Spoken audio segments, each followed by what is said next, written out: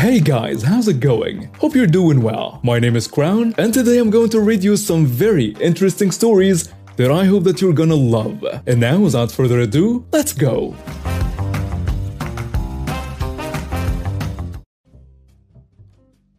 Hi. This happened over a year ago during the height of the pandemic in mid-2020.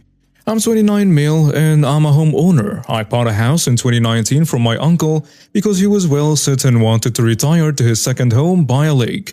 Before buying the house, my uncle warned me that the neighborhood has an HOA, but it only affects those who joined it.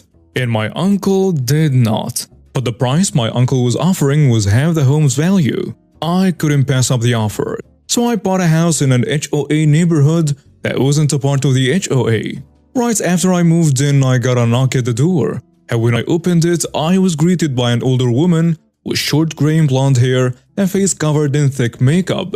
I was holding a welcome to the neighborhood gift basket. She introduced herself as the president of the HOA, then asked to come in so she could help me fill out some forms.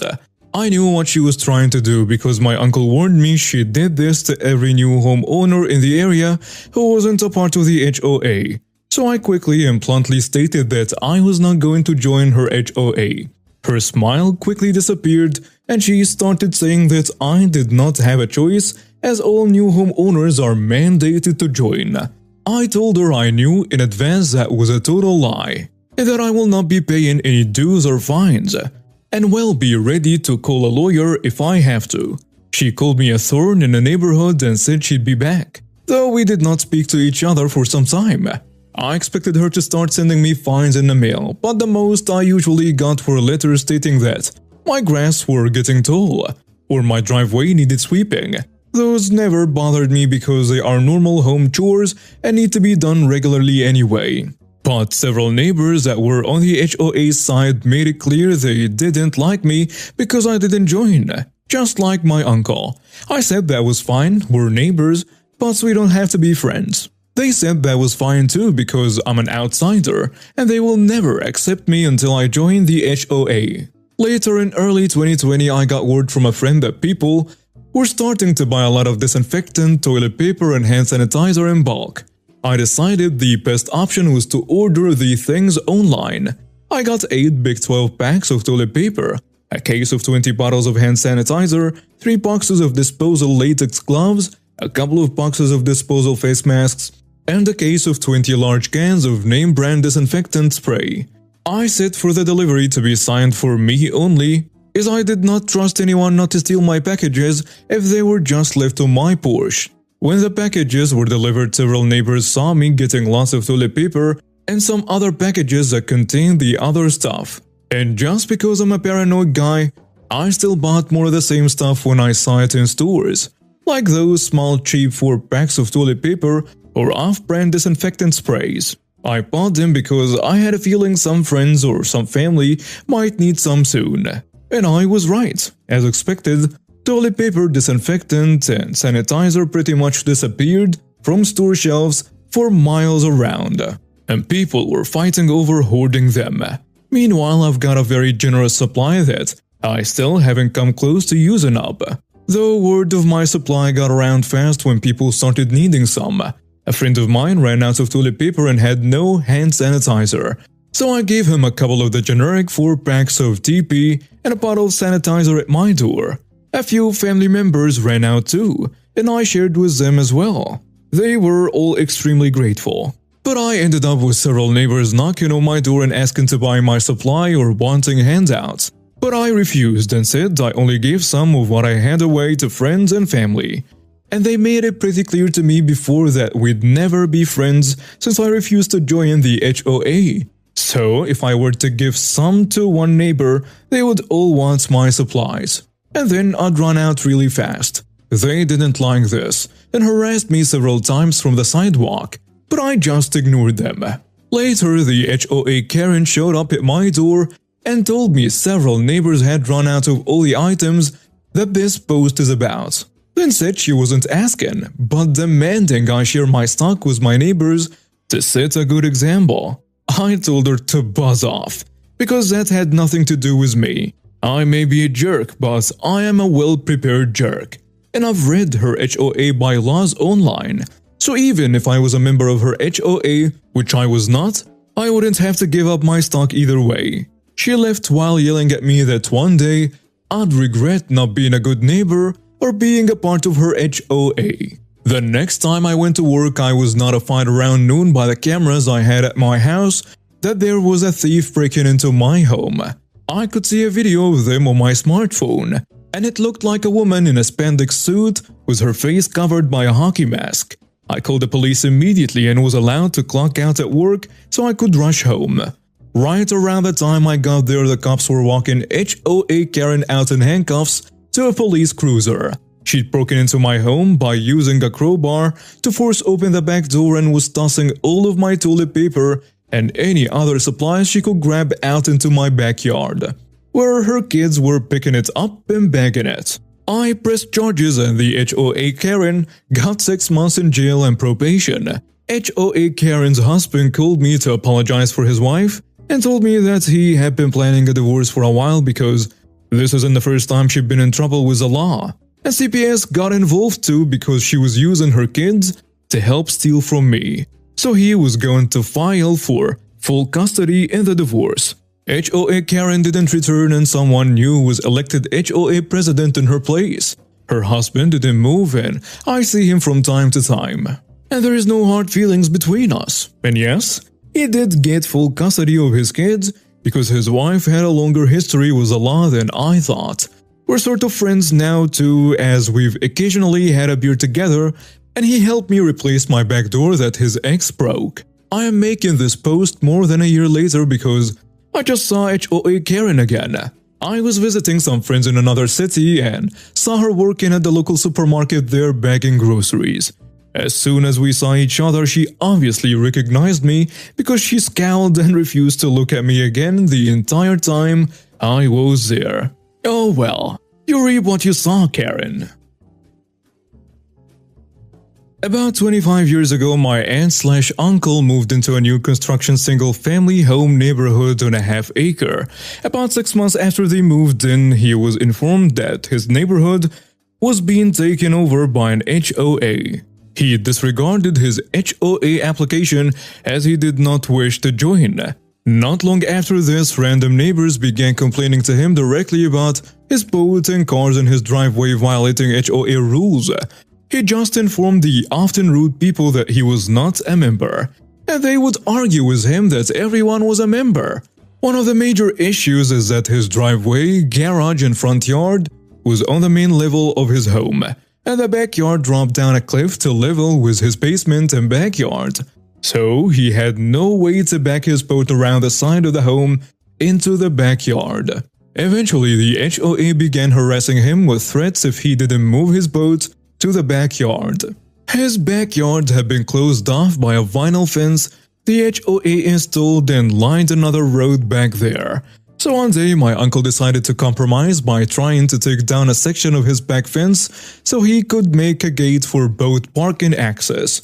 The HOA called the police on him for destruction of property.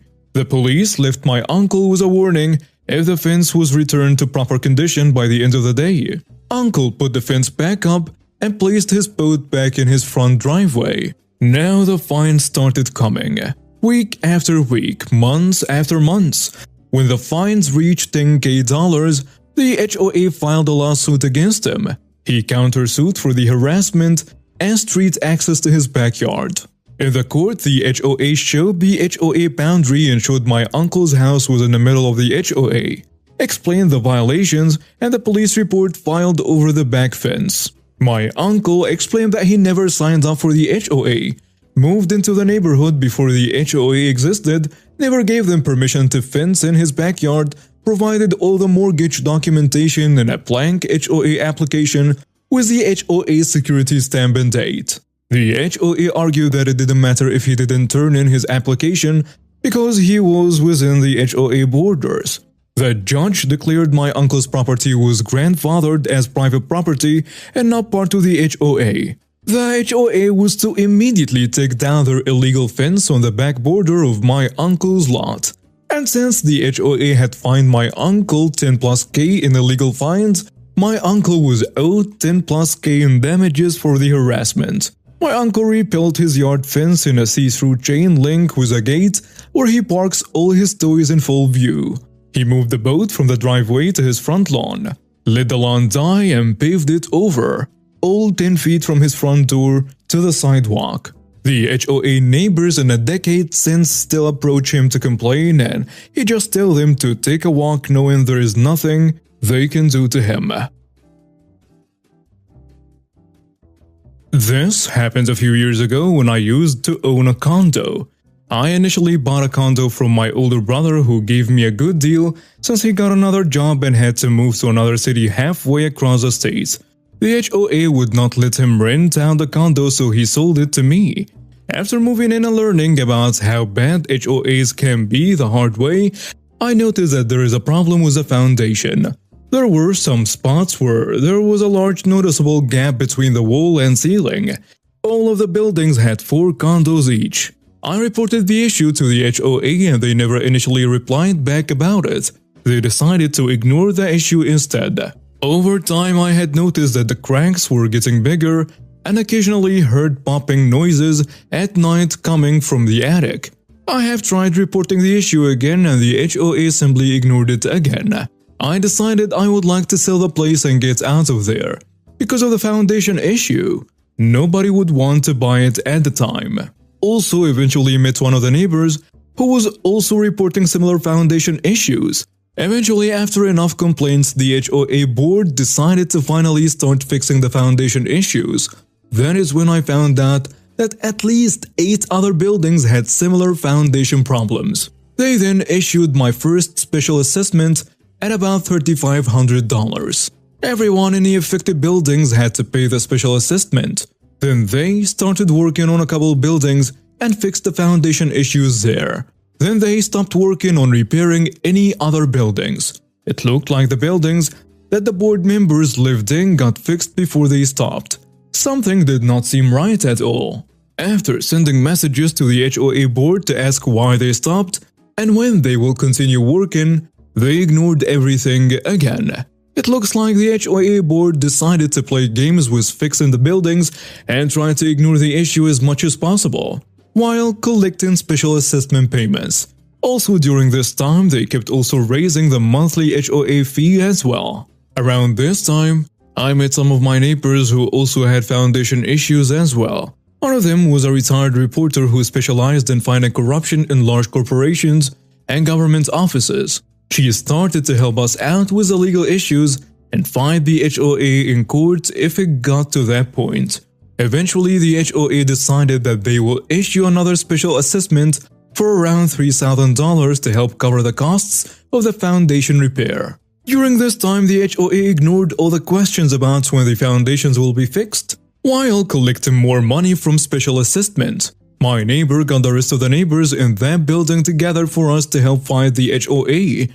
She wrote letters demanding answers about when things will be fixed, and we would all sign them to show the HOA that we are not playing games anymore.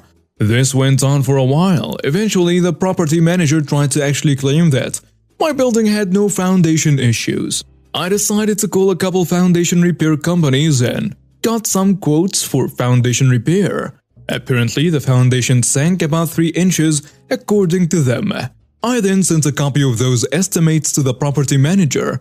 One of them was over $10,000 just to fix my corner of the building.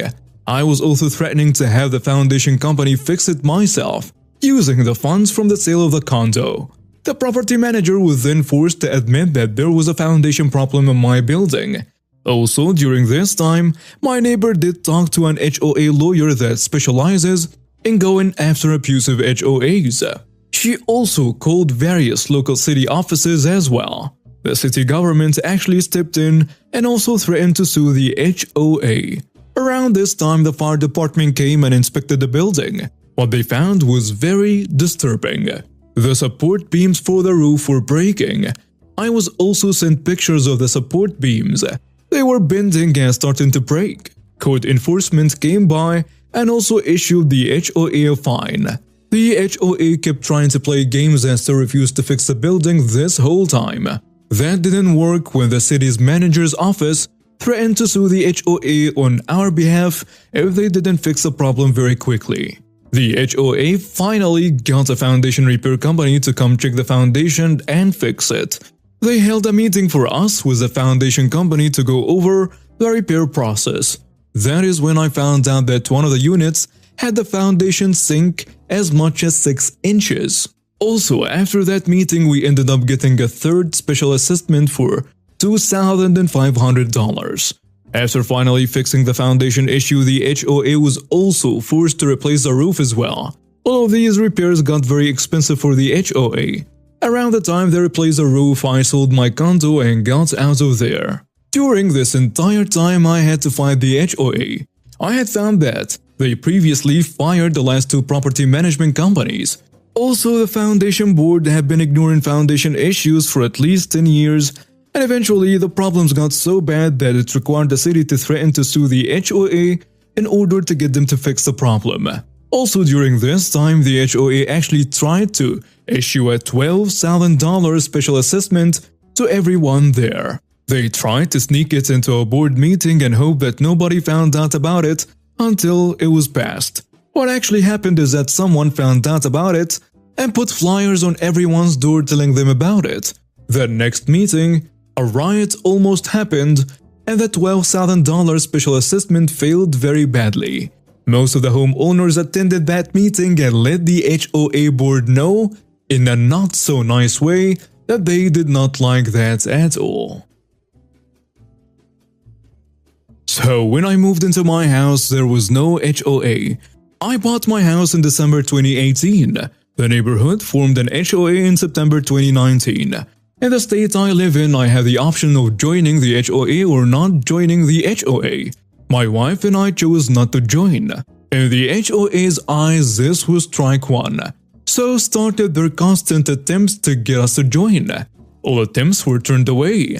After months of these attempts, I finally threatened police intervention.